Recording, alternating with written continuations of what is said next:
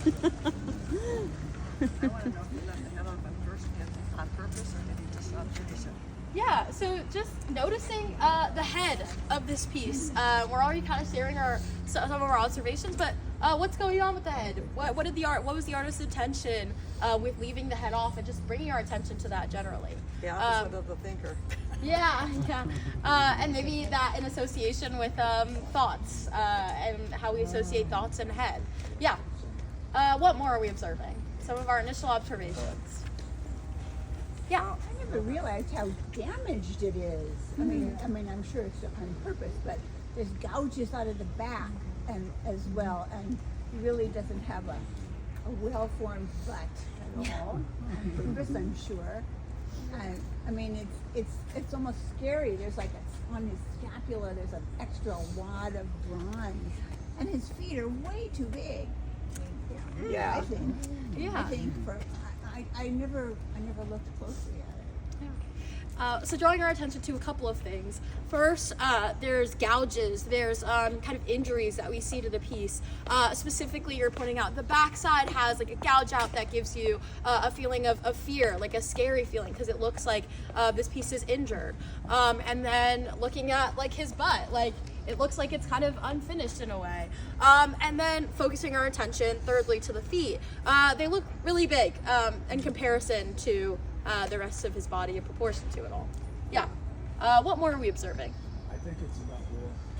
Yeah. And what do you see that makes you say that? Well, it's damaged. It's aggressive. By war. Like warriors are all aggressive, and they take a lot of a beating just being there. And many don't survive. And it just has this almost mechanical sense to it too. It keeps on coming like an Arnold Schwarzenegger robot. Right. I love it. Yeah, so maybe interpreting this as a theme of war. Specifically, it looks wounded. And so that could be referencing kind of a warrior that gets wounded in battle. And then also noticing a mechanical feeling in this, maybe like some sort of like Terminator. But kind of referencing all mankind as the folly of what we do in pursuing war. Right. oh, thank you. Yeah, so And women are out there pursuing war, so it's specifically a man. And it's very aggressive, but it shows that they don't quit. so thinking about aggression, mechanical movement, and maybe just determination that you're feeling from this piece. Yeah. I can see the world, the problem, confusion, will act, but in all that we see, you keep on walking. Not the problem that comes. You keep on moving. What is she saying? So within this piece, we're noticing maybe some abilities that have been lost, the head, the arms, and even with that, the piece keeps moving.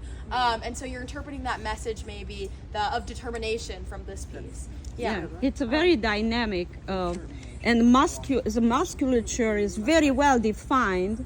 It has this certainly dynamic of movement, and even if disproportionately the feet are much bigger.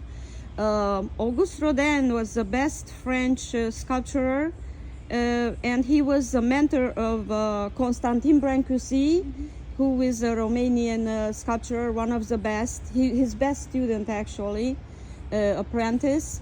And I can definitely tell that is a position of strength and power, even if in its feebleness and weaknesses, where the head is missing, but we know men have two heads, so therefore I think it's a position of power. I think it's a very powerful statement of a man being strong, even if in a feeble post-war situation kind of thing. So one, bringing your knowledge on the artist, and then also building on this narrative that we're all creating, specifically with war, post-war, and determination. It's sharing that you're interpreting this as a piece about determination, about how even with some disabilities, he is very dynamic, and you can tell that he's moving. Yeah. I was thinking about this. This is coming to life rather than going away from life. Maybe it's arising in an incomplete form. It's coming to be something else. It hasn't been. Metamorphosis. So pointing out specifically this feeling of maybe incomplete form, but that still this feels like it's coming out of it. Maybe, am I getting that right? Well, I did a sculpture once of a man chiseling himself free from stone. Yeah. And that is the sort of sense that I get too. I also did a sculpture with a man with his head in the rock. I left his head in the rock. And he's forward like that, leaning, and he disappears into the rock. So you don't know if he's coming out of the rock or going into the rock. So those kind of things. I did a theme of several pieces like that. Thank you. So you're sensing this theme of incompleteness that allows for ambiguity within this piece, like whether or not it's moving forward or just a general ambiguous mystery, specifically from the unfinished components of this piece. You try to guess whether it's emerging or immersion. Yeah. Awesome. And so I'll share a little information about this piece. We know that this is by Auguste Rodin, but it actually has a French name as well as an American name, which I'm going to butcher. If anybody speaks French, you can help me. But the English name is called The Walking Man, and the French name is called L'Homme qui marche. It was made in 1905, and a lot of you are looking at the elements that are unfinished on this piece. And yet we see this completeness. And that was one of the main central messages of the artist, was that with the incompleteness, we focus on the movement of this piece. And that's our central focus, because without head and arms, all we see is kind of the walking motion. Additionally, this artist was really interested in classic sculptures that are left kind of in ruins. And so we see a lot of like those old Roman or Greek sculptures that kind of have missing elements of their bodies as well. And so knowing that the inspiration and a little bit more about the piece, does that challenge some original thoughts that we had? No, but not original. I'm always impressed how they work on the muscle. Many sculptures often do a muscle detail. Michelangelo left it unfinished intentionally, Yeah. and Rodin also. So Yes. just drawing on our knowledge of how we leave things unfinished, and how a lot of artists do that for kind of a similar message. Yeah. What more? It is left to our interpretation, to each and everyone, what pulls out of us. Yeah. And it's a fascinating piece because it has multifaceted interpretations. You can infinitely interpret what's really going on Yeah. with this man in motion. Yes. Yeah. Thank you. You can feel motion in it. Yes, progress. Even if we are here, there, we lose an arm, we lose an element, and infirmity, but we progress. Tis but a scratch. Yeah. Thanks. Power is in the legs and the feet. Yeah. Yeah, strength. Yeah, so again, focusing our attention to the feet and how it brings the most power for this piece, and it conveys that power. And then also just providing a lot of different interpretations we have about the piece, and how they're all kind of coming together, just like the last piece. Yeah, so we'll take maybe one last comment and question, and we'll move on to our next. But maybe what are we wondering, or what are we still thinking about with this piece?